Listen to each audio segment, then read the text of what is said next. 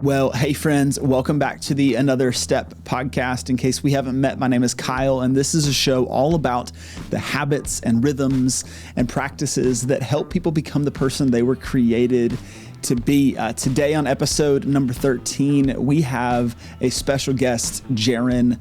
Jarin is the current youth pastor at Bridgetown Church in Portland, Oregon, where he has served for the past 7 years. He's originally from Oahu, Hawaii, and today's conversation was so jam-packed with so much content, but so much depth.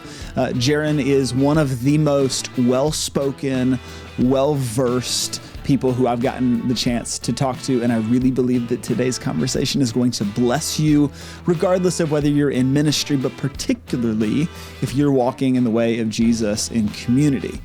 So without further ado, let's dive into our conversation with Jarin Oda. Well, hey, Jarin, welcome to the Another Step podcast. How's things going for you up in Portland? Hey, Kyle. Good morning. Aloha to you. It is feeling like an Aloha Tuesday with the sun going out. It's been 40s and 50s and now going to be 70 this afternoon. So I'm looking forward to the sun. How about yourself? Portland's turning into the tropics today. Come on now. Yeah, we were chatting before we started recording. It sounds like you guys are on like a warm swing. We're coming off a cold swing. And I'm hoping things kind of level out because I am ready for warm weather. Like there's always a point in the winter, regardless of how mild it was, like that I just kind of click and I'm like, all right, it's time. I'm done being cold. I'm done being like bundled up. I'm ready to be outside, shorts, in the sun, all of the things. So you led off with an aloha. So I would just love to know, you're from Hawaii. I think you mentioned this before we started recording, but tell me the story about how you got to where you are today and maybe some of your background in Hawaii. Yep. Okay. Well, in a nutshell, I'm born and raised on Oahu. And I have family both on Oahu and Kauai as well, and there are 8 islands. Well, Vegas is considered the 9th island nowadays, but so I was born and raised there till I was 18, and then got an opportunity to go to a university up here that at the time I had no idea what Portland even was or who it was. Sure. So I guess I don't know. I've always had bad geography, very tunnel vision when it came to the island life for me. Yeah. Came up to Portland with no context, no idea. Had a youth pastor recommend a church community up here called Solid Rock at the time. Okay. So I came up here in 2012, the year that everyone thought the world was going to end. Funny enough.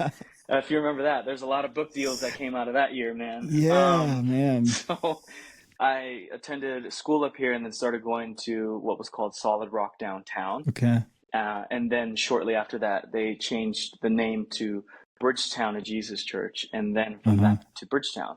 And from the time I was 18 and I'm now 29, I have been a part of this community, Bridgetown Church, for what is that now? 10 years, something like that? 11 years? Man. I don't know.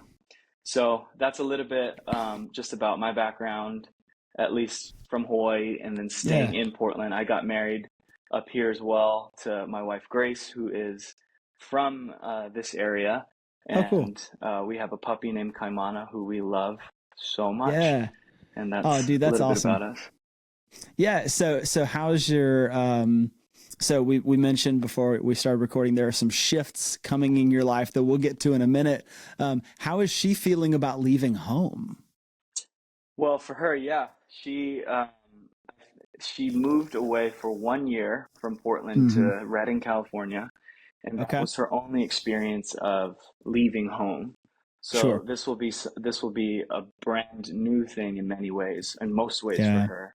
So I would say there's a mix of excitement and fear for sure. And C.S. Lewis had that line of no one told him that grief felt a lot like fear. And so there's, I think, tied in with that sense of fear and unknown is that feeling of change and loss and relational just tenderness when it comes to like living your whole life in a place. So that's something else, man. I am standing right now in my office at the church that I work for, which is about 15 minutes from my childhood home. We moved away for a period of time and then came back. Very similar, kind of went away to school, did some ministry in various places, and now we're back home. So we'll get into all of that in a moment. But I would just love to hear the story. So you move to Portland in 2012, fresh out of high school, things like that. Did you have any idea or any semblance of an idea that you would be staying there? And then how did you go from, hey, this is the place that I attend, to now I'm on staff there? Like, tell me that part of the story. Great question. I had no plans to stay here in Portland. Little did I know that it was not only such a different city, different, like literally different. I mean, it rains here more than not. I think it's like 2/3 of the year it rains, and I came from a place where it rains very little. It's an incredibly seasonal space. I come from a one season home. Yes. So there are just those things, at least as it relates to some of the more superficial aspects of it. But then it was quite a big culture shock for me, because I come from a land where not only are there indigenous Native Hawaiians, but there's also the largest Asian plurality in America, in the state of Hawaii. And so coming from a place that has a majority of diverse cultures and ethnicities, and coming to a place like Portland, where it was the largest major city, I think it was 73% white, so I think at the time it was the whitest major city in America at the moment. And it's not a dig against like a lot of white people per se. It was just more for me. It was a massive culture and identity shock for me. So all of those things compounded together made it very difficult to see a life in Portland. But then I showed up to Bridgetown Church and sat in the back and was very judgmental, feeling very judged at the same time. Just had all these different, because it was such an unfamiliar terrain for me. I had never experienced hipster church in my life. And at the time, Bridgetown was like loud music and tight jeans and cardigans. And I was like, what is going on? I had no concept for this. But I remember sitting in the back and watching this blonde dude get up on stage, wonderful looking cardigan, but oddly tight jeans.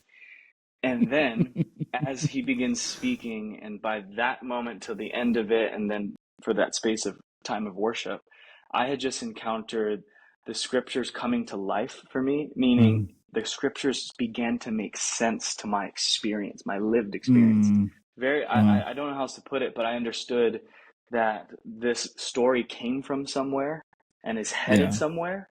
And I both got to learn where it came from, what it means for me, and where the story is taking me if I want in.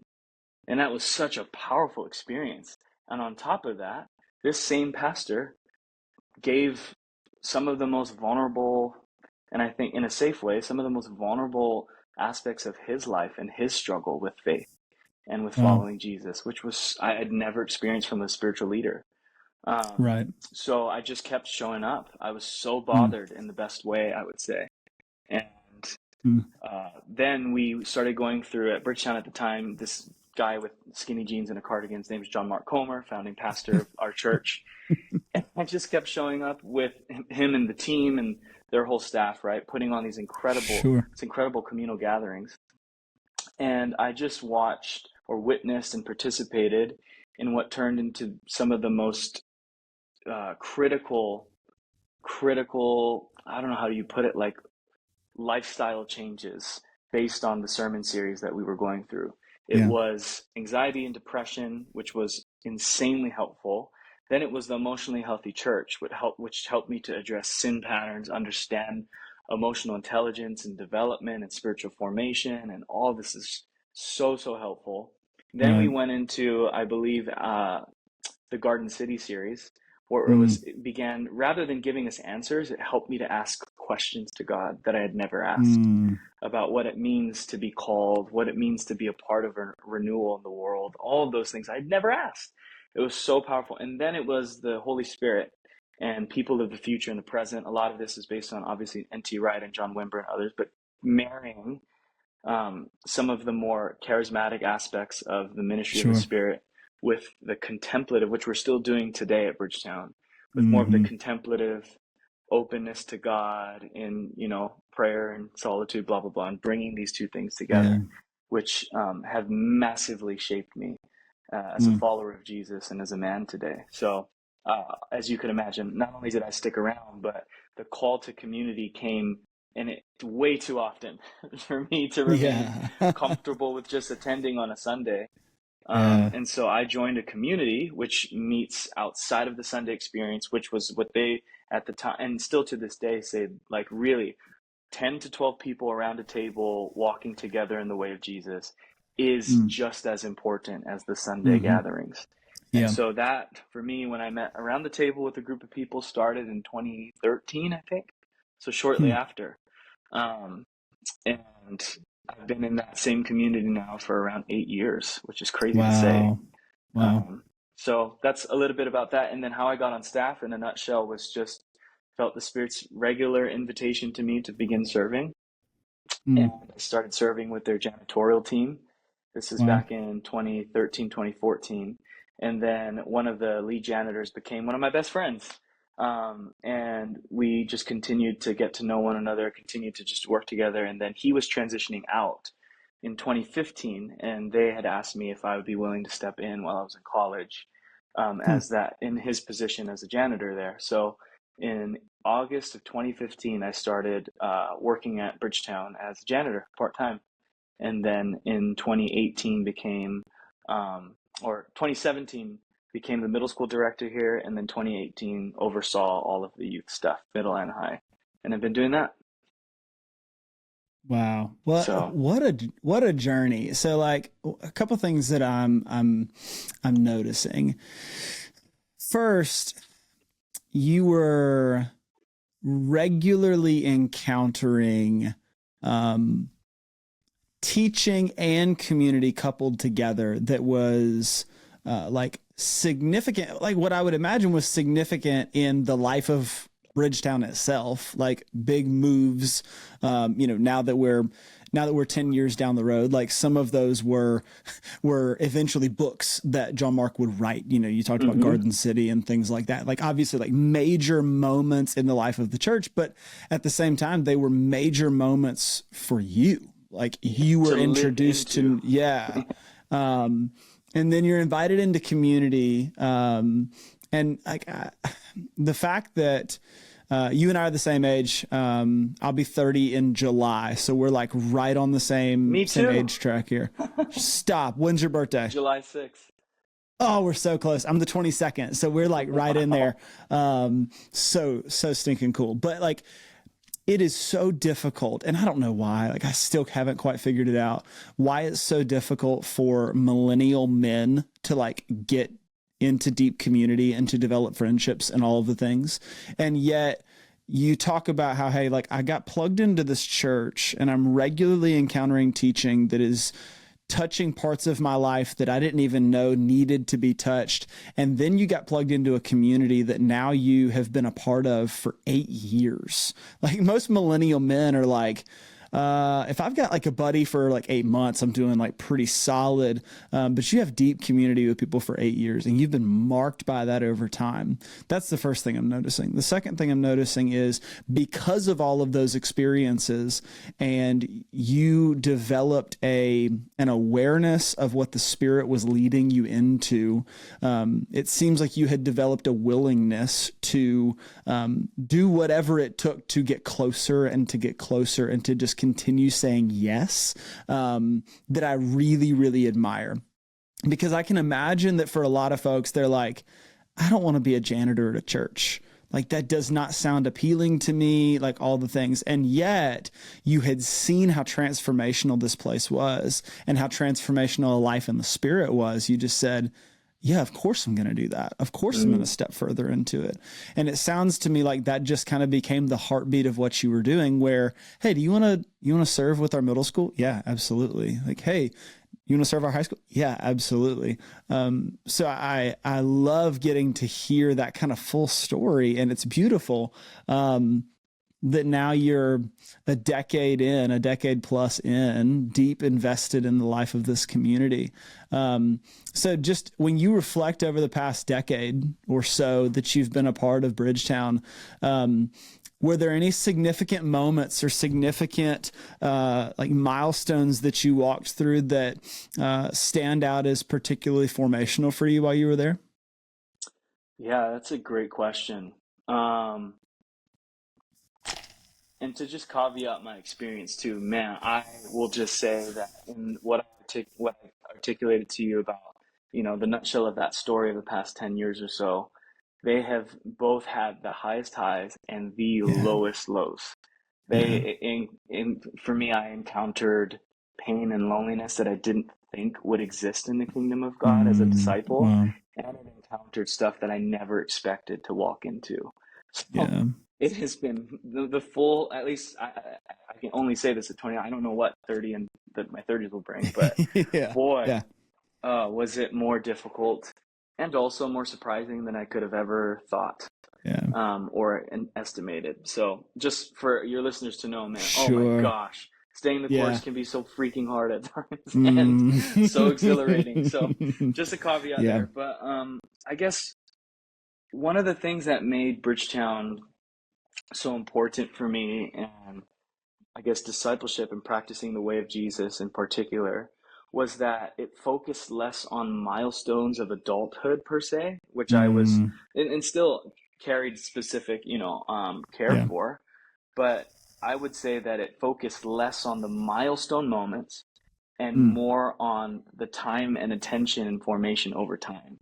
So I just began to Yeah. look at my life differently, less as Tim Keller would say, less as whale moments and more as the everyday guppies.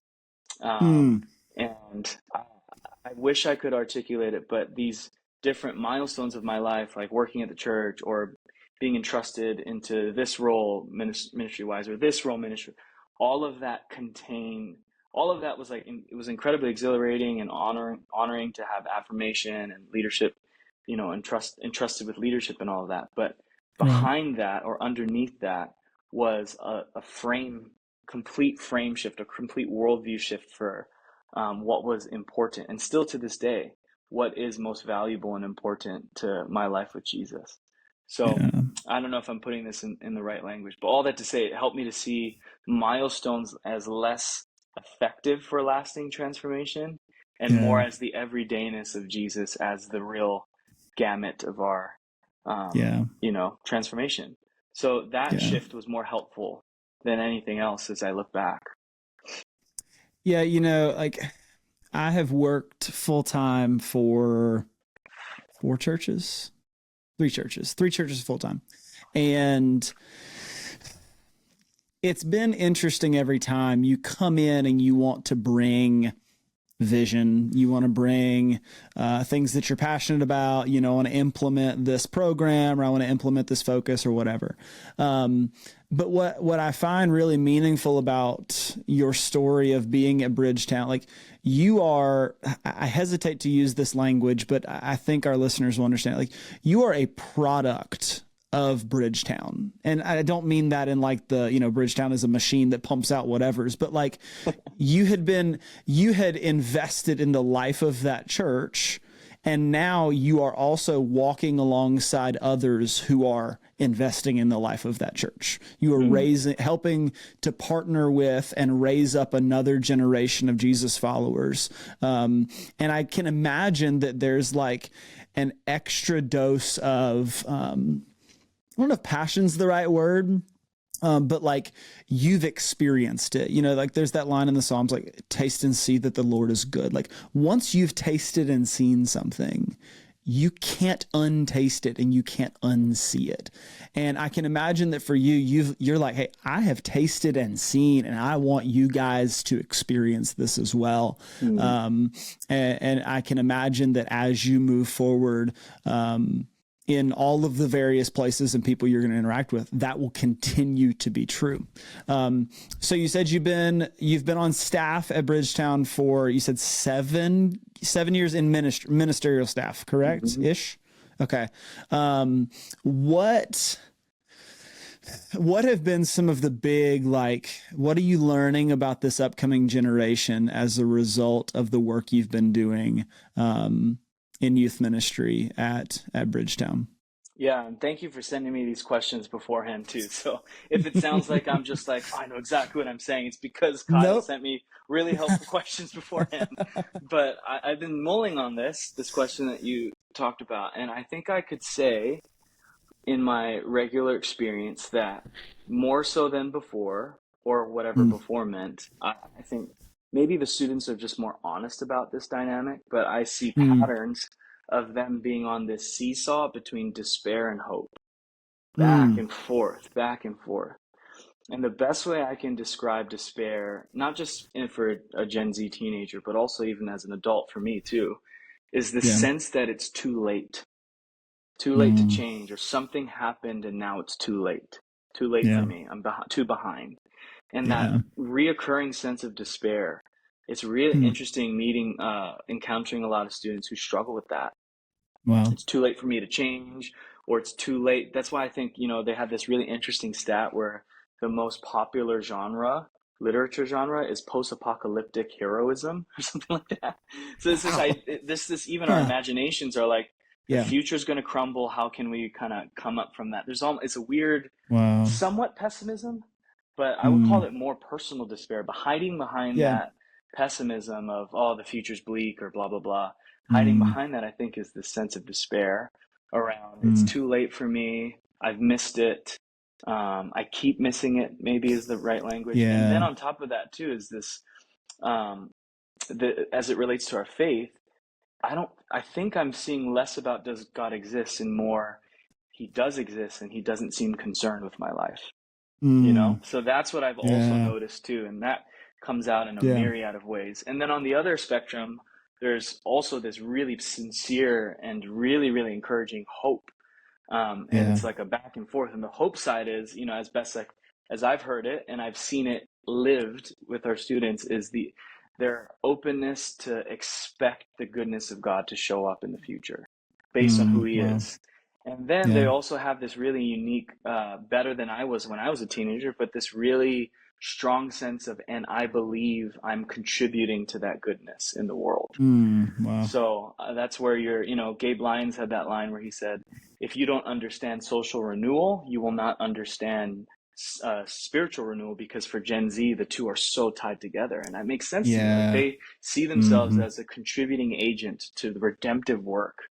And Yeah. I just think that's so encouraging. But that's where I'd Yeah. see the action-based more generative Sure. outwardness show up more Sure. regularly in our gatherings. That's why when we have these monthly missional pieces where we're regularly once a month serving under the city, those registrations fill up faster than other things. There is just this Wow. openness, this desire, this Mm. even curiosity to see how justice, mercy, goodness, how that's actually taking shape in a place. And I'm really Wow. encouraged by that. So there really is a back and Yeah. forth, I would say. And then last but not least, most of them are overwhelmed and Mm. anxious.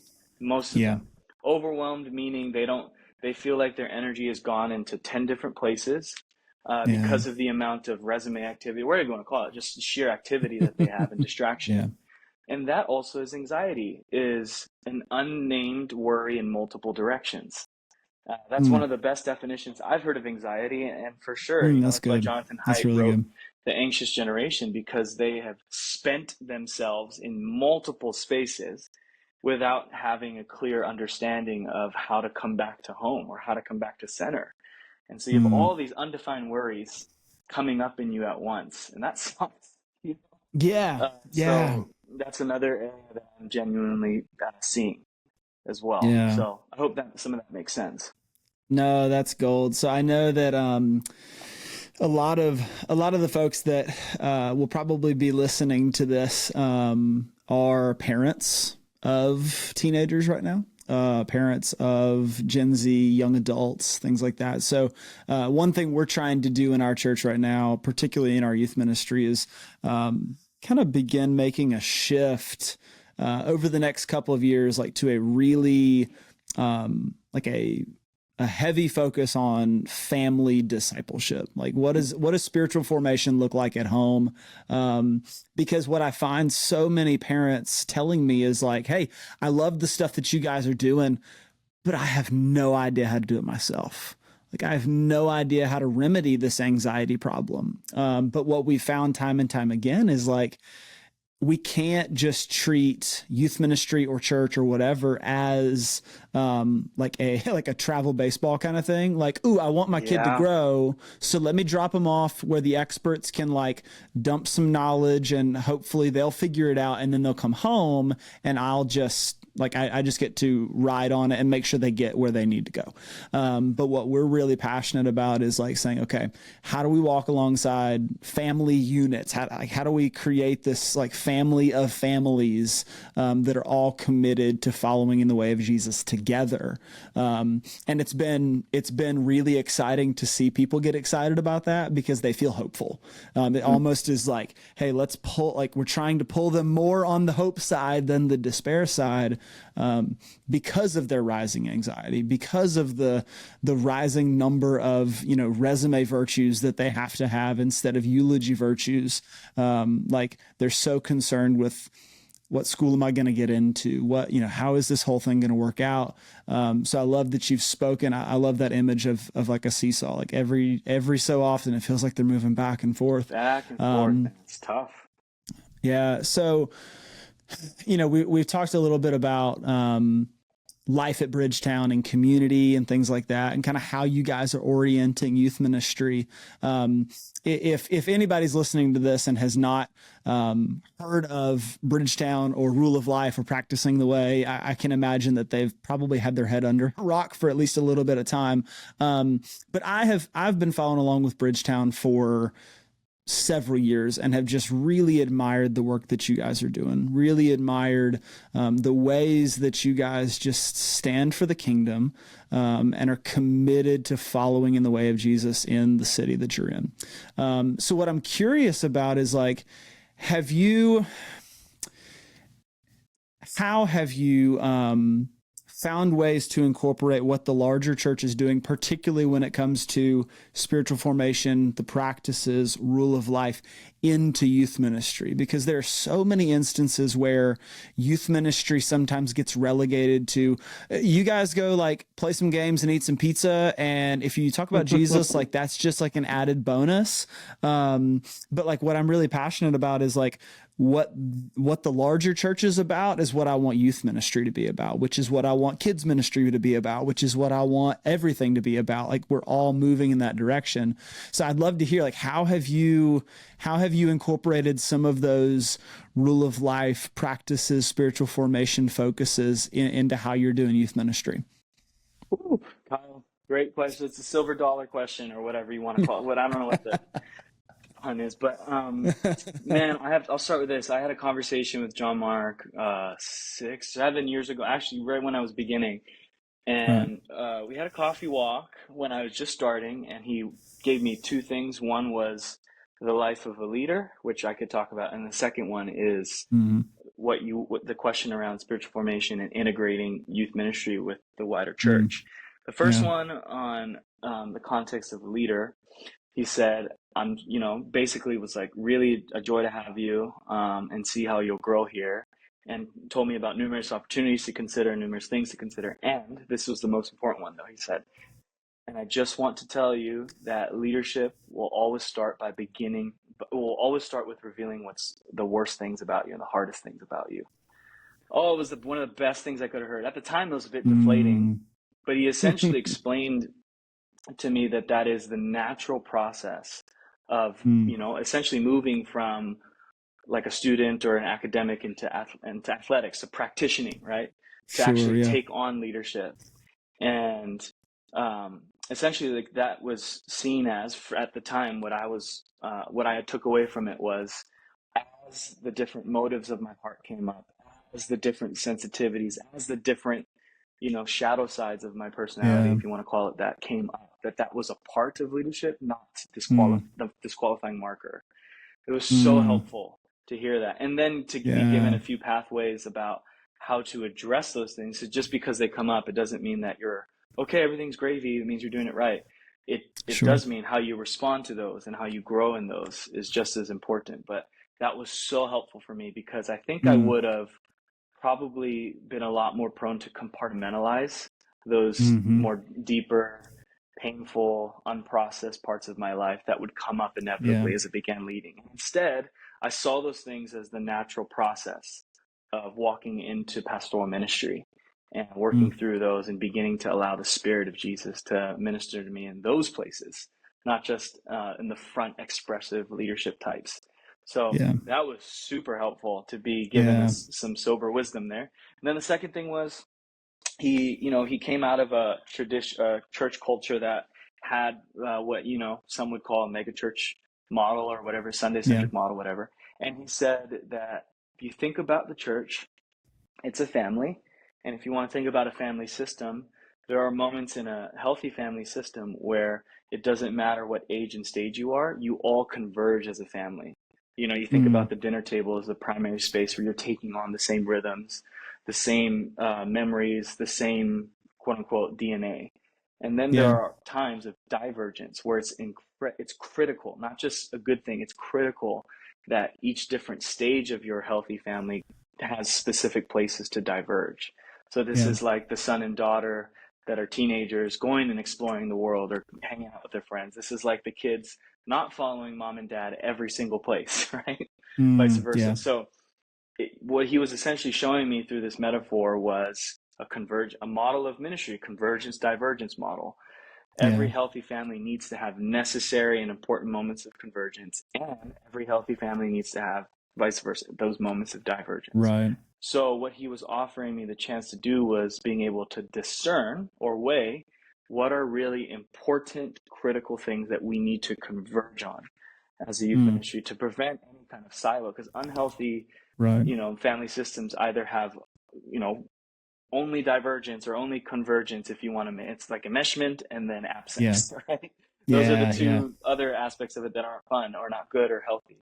So essentially, we converge on the essentials and then we diverge on the important topics. Mm. And so if you were to look at our teaching calendar, for example, you would see, oh, clear moments of convergence. And I'll literally write it down. Converge, Mm. convergence, convergence. And then if we taper off to a different direction, then we do divergence. And we're pretty explicit in a good way to share with the students, Yeah. hey, this is why we're doing it. This is why we're intentionally diverging for a time, or this is where we're intentionally converging. I'll give you an example. When we were in the heat of practicing the way, we went through Mm-hmm. a series on fasting. And Okay. I was not equipped, number one, to teach on that to teenagers and adolescents who really struggled with Right. different forms of eating disorders Sure. and body image stuff and a whole can of worms there. Yeah. And so that was one thing. And then the other thing is they had been asking me for months about a series on dating. Mm. And so Kyle, you're like going through this really amazing series for the life of the adults and the young adults and blah, blah, blah. And then you Yeah. have your specific group of people going, wait, this is a very developmentally formative time of my life. And the last thing Mm. I want to hear at this moment is how to fast to open up for the presence of God. I want to Right. hear about how do I carry these intense affections and emotions or this Yeah. experience of just seeing myself and others differently. And I'm like, oh Right. gosh. Yeah. So that's where we diverged Yeah. from the series on Sure. fasting to the Loveology series at youth. But we Oh were very yeah. intentional about naming that. So that's the first thing I'll say. Convergence, divergence. I think it's really important. It's a helpful frame for Yeah. people to look at their ministries and be able to see, oh, shoot, we've definitely diverged really far here. Hmm. Or, oh man, we haven't even given space for our specific department or group of people that we're overseeing a chance to name areas that they're aching for divergence for a Yeah. time. So Yeah. that's one thing. Then the second thing is when it specifically comes to implementing spiritual formation, the first thing is you start with yourself and your leaders. There's no doubt in my Mm-hmm. mind there. So Yeah. part of that is just restructuring the way that I did leadership development at Bridgetown Youth. One of the markers for us, and we've done this for a time, we've taken a pause on it because we've needed to go a different route for the sake of our upcoming transition.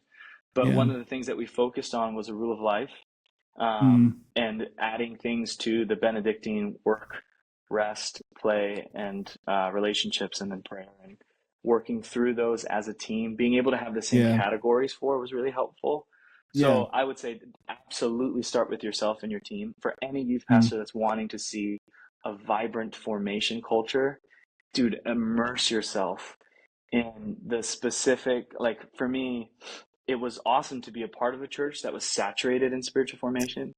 And Yeah. then it was even more awesome to be able to immerse myself personally in these different wells of formation, whether it was Willard to Jamie Smith to Mm. John Mark to all the different people. Yeah. That's the same thing I saw in John Mark and the staff here, was they were personally immersing themselves um, in that way and through their temperaments, which is really neat and important. So that's what I would say there, first of all. And then secondly, I think it actually, Kyle, this is why I think this is the $1,000,000 question.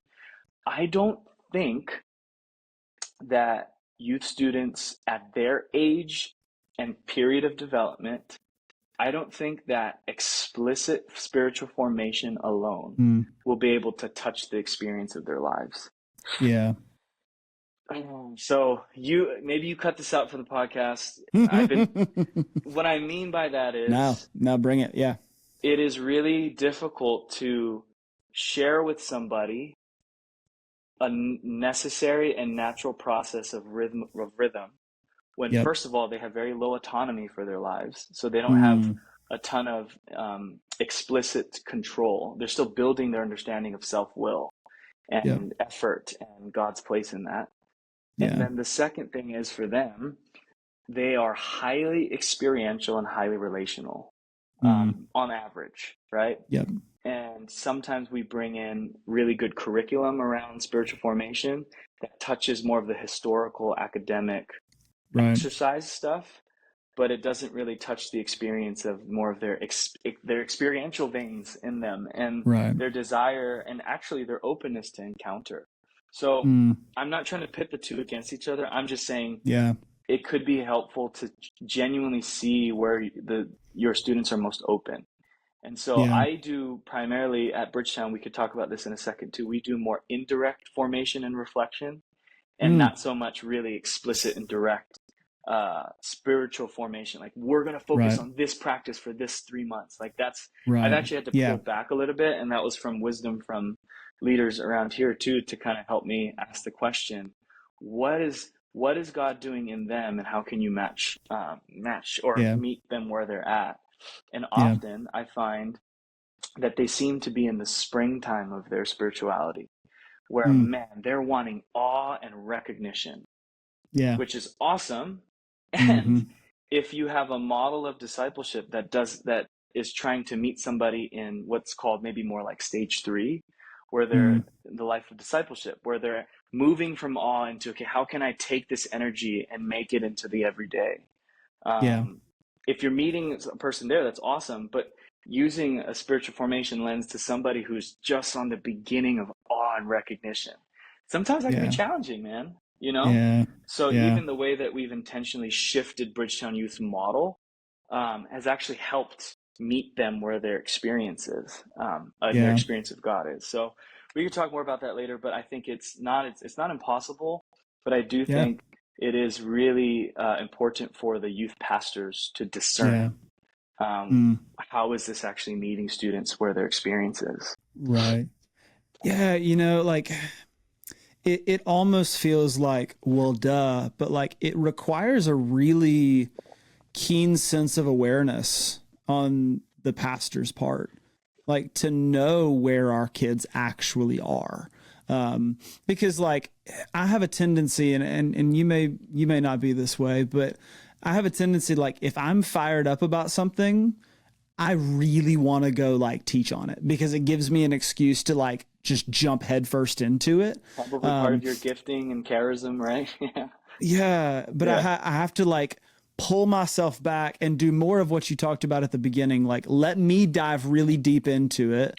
Let me bring my core leaders into it with me. Let's run after it as a leadership, but instead grow in my awareness and knowledge of what my students actually need, where they are in their stage of progression with Jesus, and meet those needs, which may lead one day to being in the spot that I am. Not that it's like a progression kind of thing, but like, I think your example of not teaching on fasting is really, really wise, because let's just be honest. Most teenage girls don't need you to teach them about fasting right now when they're thinking about body image and how do I relate to dating. I love that was actually the topic that your students wanted to cover. Like there's so much more there that doesn't require hey guys, we're going to teach on the practice of solitude for the next 3 months, when in reality they're like, no, I would really love for you to teach me how I'm supposed to process this particular thing in light of my devotion and commitment to Jesus. So you mentioned that you've made some shifts in the actual rhythm and practice of what you're doing. So what does that look like for you right now? So one of the things I'll say, because I'm sure people will be like, dang it, he didn't say how easy or hard it was. I will say one of the things that's been actually really helpful for us that we've tried and we're coming right on the tail end of is focusing a bit more on temperament. So they're more on reflection and discovery. Yeah. And I think that's been really, really helpful and really receptive, all the way from seniors in our high school to our middle schoolers. Yeah. I mean, I had never had middle schooler asking me for my teaching notes. So it's been a really neat experience. And primarily because it seems to me that is touching their experience a bit more. And so what I'm referring to is the sacred pathways. So we kind of, instead of teaching on prayer per se, which I think would be really important to do, and all of the spiritual formation, the core 9 practices, we took a step back. We went through the story of God together. We went through how to read the Bible, how not to read the Bible, start at the story, right? And James Clear, the doctor of habits, atomic habits guy, says that ultimately it comes down to the narrative that you're telling yourself and that your story is telling you, which leads to habit formation anyway. So I'm like, bro, you should have put that on page 1. You know what I mean? So anyway, whatever, James Clear. He's not right on the point though, but we start a narrative because we're narrative creatures. So we started the story. Dan Kimball's work was freaking so helpful. Have you read that? Yes. Holy smokes, How Not to Read the Bible. Super, super helpful. We just basically did that. And then we moved into, okay, now that we know the story, let's talk about the experience of that story, of the God of that story. Yeah. And the personal experience, that's theology is our thoughts and understanding of God. And then spirituality is our everyday personal experience of this God. And so we shifted intentionally from a more theologically dense series to a more spirituality based series, where is this touching your experience with him? Is this, asking more questions than anything else? And the sacred pathways present 9 different pathways. Gary Thomas is the person who wrote the book on this. And he basically, through church history, through ultimately the life of Jesus, and then through different figures that have followed Jesus in different spiritual traditions, he composed 9 different pathways that he sees. And so we went through these 9, and it's been really neat because you watch how different students are going, not only going like this, but how when we ask them to come up and receive prayer and blessing, if you consider this maybe you come more easily to this moment, this part of Jesus's life. You see different students come up, and then it presents this beautiful thing where you realize, yes, we are created equally and uniquely. And when they get to look around rather than judgment, they get to start to see each other with a little bit more understanding. And she had this, one of the writers on the Pathways has this line. She says, this is what churches often do. If if Denny's was the only restaurant in town, would everyone eat at Denny's, or would less people eat out? Right? It's a wonderful principle of sometimes we just offer such a strong one-dimensional way to God. Same God, the same test, which is knowledge of God, love of neighbor, and knowledge, love of God, love of neighbor, and even love of your enemy. That's the litmus test of any healthy formation culture. Right. But how we experience those things and how they grow in us come more easily. Let's start downstream instead of talking about something that for some they'll be all stars in, and for others they're like, this sucks. Let's start let's discover where some of you are upstream and downstream first. And that's where the pathways were so helpful. We even taught on ascetic. Most people don't even know that word, where we called it athletes. These are people that are attracted and drawn to simplicity, to fasting, all this. We had students come up for even that one, and you realize wow, this is really interesting. No one has it all, Yeah. but everyone has a very important expression and openness to God's presence in Mm. Christ. So that's what we're coming out of Yeah. right now, Kyle. And I will say, I'm really stoked about it, in the sense Yeah. that the students have more respect for each other, more Mm. understanding of the power of the lived life of Jesus, who lived Mm. these 9 pathways so powerfully. And Yeah. then a little bit more openness and enjoyment, and start where they enjoy, that's kind of what we Yeah. wanted to start with. So that's Mm. where we're meeting them in that. And then our rhythms at Bridgetown Youth also, if I were to tell you those rhythms, I think you would hear spiritual formation language in it too. So it's more Sure. indirect. Yeah. Yeah. No, I love that. I love that. I had not even considered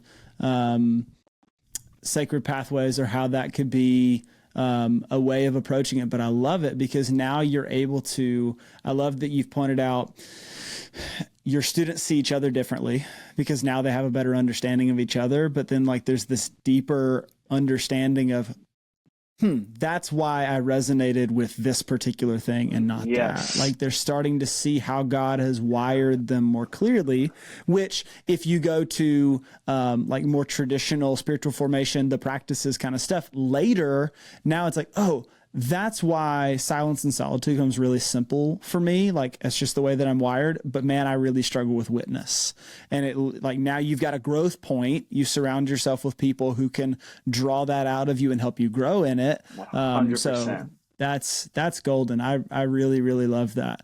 It's more about discovering your joy with God first, kind of thing. That's what we're trying to do, Yeah. No, that's so good. I really, really love and appreciate that.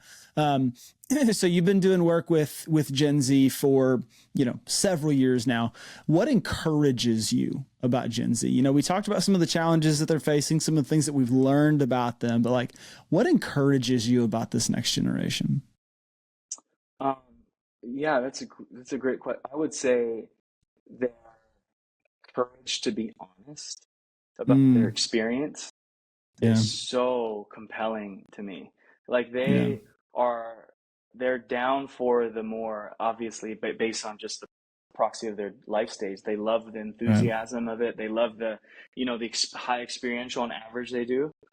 And they're so naturally like, they feel a magnetism towards the sober, the deep, the unprocessed. I mean, man, I just love that they're longing for an authentic way to approach the person of Jesus and the church of Jesus. So they're very receptive to small groups for the most part. And when we just give them a little bit of open-endedness, they take advantage of that open-endedness. And it makes me so stoked. So that is really encouraging. And then I think they notice they've been able to sniff out that what the world is selling is just not great. You know what I mean? Like, there's just more of a shrewd, I don't know if shrewdness is the right word, but there's just more of a sobriety towards the world. They don't look at the world with rose-colored glasses, and part of that is really helpful in our witness as followers of Jesus, because then that way, counter formation, whatever you want to call it, or just formation and walking together in the church, there's like a lot more reasons to do that once they kind of get earlier than not a little disenfranchised with the world and what it sells, and your generation and mine, I think we probably struggled more with the allure or pull. And I think I'm seeing more, not all, but I'm seeing more recognize, I'm not buying it, but I don't know what I buy, So no, that's really good. Well, man, like I said, I admire the work that you're doing. I have watched Bridgetown from afar. They just always been influential in my own journey. But I think I listened to a podcast that you did. I don't even remember the guy's name, like the Reconstructionist or something like that recently. Yeah. So I listened to that and was like, okay, my goodness, Jarin is one of the most like thoughtful, deep thinking. Like, you clearly drink from a deep well. You must be incredibly well read. like more so than most people that I know who are twice as old as you and I. So I love the depth that you bring to ministry and that you bring to life. And I deeply appreciate it. So before we started recording, you mentioned that there are some transitions, and you've alluded to it in our conversation today. I would just love to hear, because I think you said it's public, so it's not like we're revealing anything that is in secret. So what's the big transition coming in your life, and what are you excited about it? Yep. So in a nutshell, after almost 2 years of really, as best we could, thoughtful discernment, prayer, a lot of conversations with people we love and trust, my wife and I, and our puppy, even though he wasn't a part of it, discerned that moving to Hawaii would be the next good step. And then the next invitation that we sense from the Spirit for our future. So this is coming on the heels of entering my 7th year of ministry. So it comes with all kinds of things related there, as far as just like having to, grieve that, celebrate it, and everything in between that, as you could imagine. So, that's the next step for us. We'll be there most likely in July. And since February of this year, have been really thoughtfully, and the leadership team here, the executive, everybody on the staff has been so incredibly helpful to like basically not nurse, but like guide the way we transition really well. So that's a little bit about that. And we're just excited for me personally, at least, I'm very excited to be around my family. I have multiple generations of family there that I've been away from for 12 years, Well, I mean, I've seen them once a year, but it's very different than actually living in that space. So that is exciting. And then just to be back into a culture of familiarity, it has its losses, but I've never experienced some of its wins in the context of, faith and ministry. I don't know. So I'm curious, I'm nervous, excited to be back in, the culture that I'm part of. So that's just what a gift. some stuff there. What a gift. Yeah. My wife and I moved back home about 2.5 years ago, and every Sunday I get to worship with my dad's whole side of the family. My parents live about 10 minutes away from where we are. Wow. So it's a real gift. And I don't think a lot of people appreciate the gift of being close to family until you've been away from family. And then you come back and you realize okay, there was something missing. There was something beautiful, that now we get to step into. So I'm really happy for you guys in that. So is this a transition into a new ministry, or is this a transition into something else? Call us a little, I don't know if not unwise, but because we sense the Spirit's hand on this. Sure. We're not for sure yet, to be completely honest. So it's more of a leaning on trust more so than clear circumstances at the moment. So that's beautiful. Pray for us. It'd be wonderful. But the primary thing, the solid ground that we feel we're leaning into is the peace of Jesus. Yeah. And that's been the underlying sense. And then secondly, just we'll be able to be with family. Ironically, of all places, we'll be able to save money, which is so funny to say about Hawaii. Because nobody goes to save money. But, we will have the chance to do that and a few other things. But family and the peace of Christ are kind of what we, at the moment, are holding on to more than a clear step as to what's next. So. Right. Still, what a gift. I mean, to be able to do that. We did a very similar thing, by the way. We moved to South Carolina before I had officially gotten this job. So I know the fear that comes. You're like, oh crap, is this actually going to work? And yet, if I go full circle in our conversation all the way back to the beginning, you took a step and you moved to Portland, and you walked through college, participating in the life of a community of faith like Bridgetown. And slowly over time, you were reminded again and again of the work of God and the presence of his Spirit and the ways that he brought you. So he's only asking you to continue doing what you've already been doing. Mm-hmm. Now it just feels like it's something oh my goodness, like we're leaving a place that we love, a people that we love. We're literally moving across an ocean, like all the things, but it's the natural progression of your faith journey with him. He's just asking you to do the next thing. So you're right. Like some of it does feel like grief, that C.S. Lewis line, grief and fear. And yet like there's so much beauty that's going to come from it. And I really believe that God honors like the little morsels of faith and trust that we can bring, and he multiplies it and does something with it that we couldn't have even imagined. So I look forward to hearing about what those next steps are for you. I look forward to hearing the ways that God's going to continue to use you, and how you're going to influence people, even back home for you. So before we go, on the end of every one of these episodes, we work through what I have lovingly called rapid fire-ish questions, because they never live up to their name. Like they never are very rapid, even though they're supposed to be. So this is the beauty of having sent over some of these. I've only had one guest that just straight up told me, Kyle, I didn't look at a single question that you gave me. Not because I'm not glad that you sent them, but because I want the conversation to flow naturally. But then you get to the rapid fires and he's like, dang it, I don't actually have an answer for that one. And I'm like, that's why you get the questions ahead of time.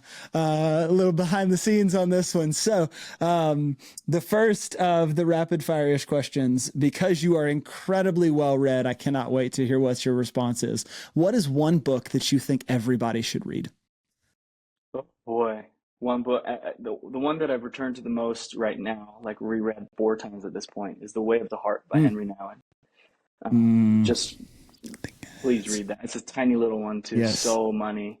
And then second one, I got to do it. One of my favorite writers of all time who has articulated so much for me and helped me to place myself where God has me is Ronald Rolheiser. Boy, please get into his writings. So those are two peeps. Nouwen, Rolheiser, yeah. Love them so much. Dude, you could sit and read just Nouwen and Rolheiser for the next 3 years, and that would be enough. That would handle it, and it would be, my goodness. I read In the Name of Jesus by Henry Nouwen first time back in college. A friend of mine gave it to me, and I have read it every year since, and it is one of the most beautiful reads. So simple, yet so just potent and powerful, and so all of the things. Yeah. So now you see why this is not so rapid. Okay, what is one movie that you think everybody should watch? Everybody. Ooh, that's a tough one. Dang. What's that one Pixar? I can't even remember the name of it, but the one where the girl has all those different emotions in her brain. Inside Out. Inside Out. Yep. Everybody should watch that. So good. Dude, every time we watch that, so I've got 3 small kids, so we watch a lot of Pixar, a lot of Disney, a lot of cartoons. Every time I watch that film, I'm like, somebody did some deep psychological work to make that movie. Like everybody's like, oh yeah, it's a cute movie, whatever. Like, no, it's real. Like there is some deep work that they did on that one. So 100%. All right. Inside Out, what a great film. I hear there's going to be like a follow-up one. There's going to be a second one coming out. I don't remember what exactly happens in it, but okay, what is one quote that you live by? This is a quote that I try and say out loud every morning in my time with Jesus, but also my devotional time. It's by Richard Blackburn I think it's like the Mennonite Peace Community or whatever. That's what I remember it from. But his phrase of stay calm, stay connected, and stay the course. That's just been such a sweet little thing to remind myself of. So that's a quote that I absolutely love right now. I love that. What is your morning routine? Oh boy, changes on the day. But I try and get up at around 7:30. Yeah. And I'll usually make myself a pour over, which is really nice. And depending on the morning, like the agenda for the later morning, I'll either go on some kind of jog or some kind of exercise, or I'll spend just a little extra devotional time. I love going through, right now I've been following just the daily readings from the Book of Common Prayer. and spends a lot of time in the Psalms, which has been so money.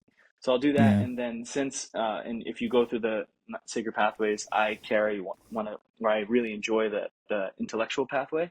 So I always have some kind of spiritual reading that I get to do that I look forward to sometimes more than the scripture. It's so bad to say, but man, I freaking love reading that. I just finished, what is it called? A Praying Life by Paul Miller. And I'll read just a chapter or two after I get my devotion in, and it's so good. So then, I peace out usually. And then I have to feed the pup.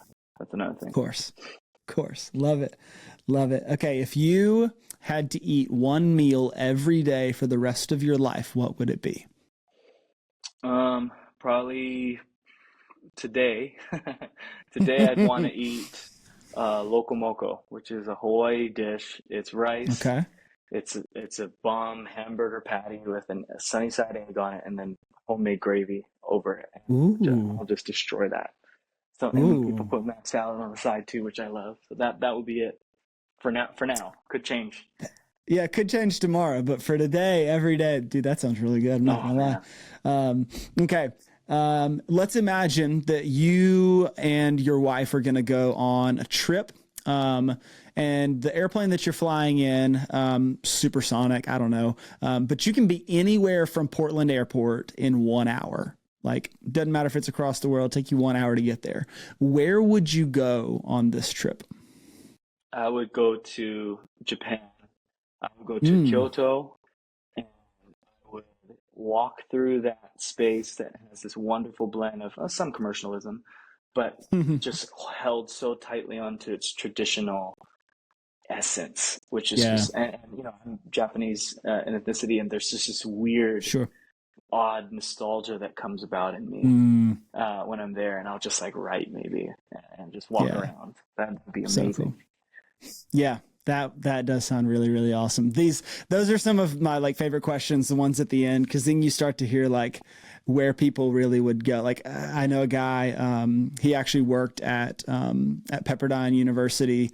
We were talking about them earlier for a while. Well, now he lives in Ventura, and he and his wife travel all the time. He's climbed Mount Kilimanjaro, done all this stuff. And I was like, where would you go? I'm like, he's got to have something riveting. He's like, I go to Paris.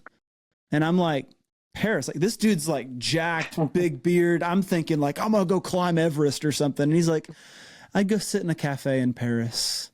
And he's like, I know that doesn't sound anything like me, but that's where I would go. I love the city. And I'm like, I just learned so much about you in that 2 seconds that I just never even knew before. So,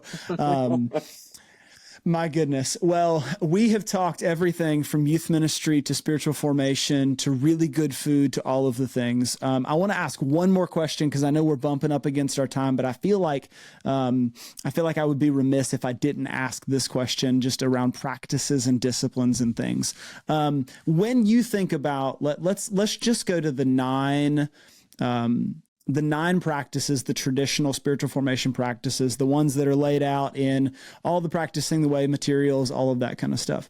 Which of those 9 practices resonates with you the most in this season of your life?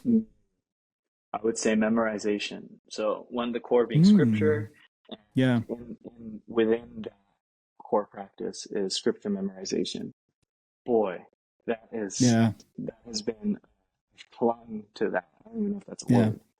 But every time there's some kind of fear or we talked about undefined worry that creeps up, there is a piece of God's word that just really touches, not pushes back, but gently just speaks the truth. And that's scripture memorization in this season of life. And I would just say Christian wisdom as well, as a form of memorization has been so helpful and life-giving to me. Wow. Yeah. Never underestimate the power of memorization. For a lot of us that grew up in church, it's memory verses you kind of roll your eyes at, and yet you always come back to it and you're when you memorize something in your head and it creeps down into your heart and just becomes a part of you, there's nothing like that. So that's really, really incredible. Well, Jarin, I appreciate you. I appreciate you taking an hour or so to spend some time chatting. And I am really, really excited for what God's going to do through you in this next season of your life. I would love to kind of point people in your direction. Is there anywhere online or social media where anybody can find you if they want to follow along with what you're up to? Yeah, I wish I could have it. I don't use my social media very often at all. I just find it very difficult to use Yes. for just personal reasons. Oh my Yeah. gosh. So I don't know. Maybe I have an Instagram, but I'm not on there very often. So I get it. yeah, I don't know what else to say. I mean, yeah, that could do that. I'll go on maybe once in a while. Yeah. Sure. No, 100%. Well, thanks again for joining us on the episode. I really appreciate it. For those of you who are listening and have made it this far, man, this has been such an incredible conversation. I pray that this has been a blessing for you in your journey, regardless of whether you are involved in youth ministry or not. I think there's something about the upcoming generation and learning from them and learning how to follow Jesus alongside them that is meaningful and impactful for all of us. So if you have enjoyed this episode, if you're watching on YouTube, leave us a comment, maybe about a moment that stuck out to you the most, or do all of the social media things, share this link with somebody that you know, or leave us a review on Apple Podcasts or wherever you're listening. But without further ado, grace and peace, my friends. Have an amazing day.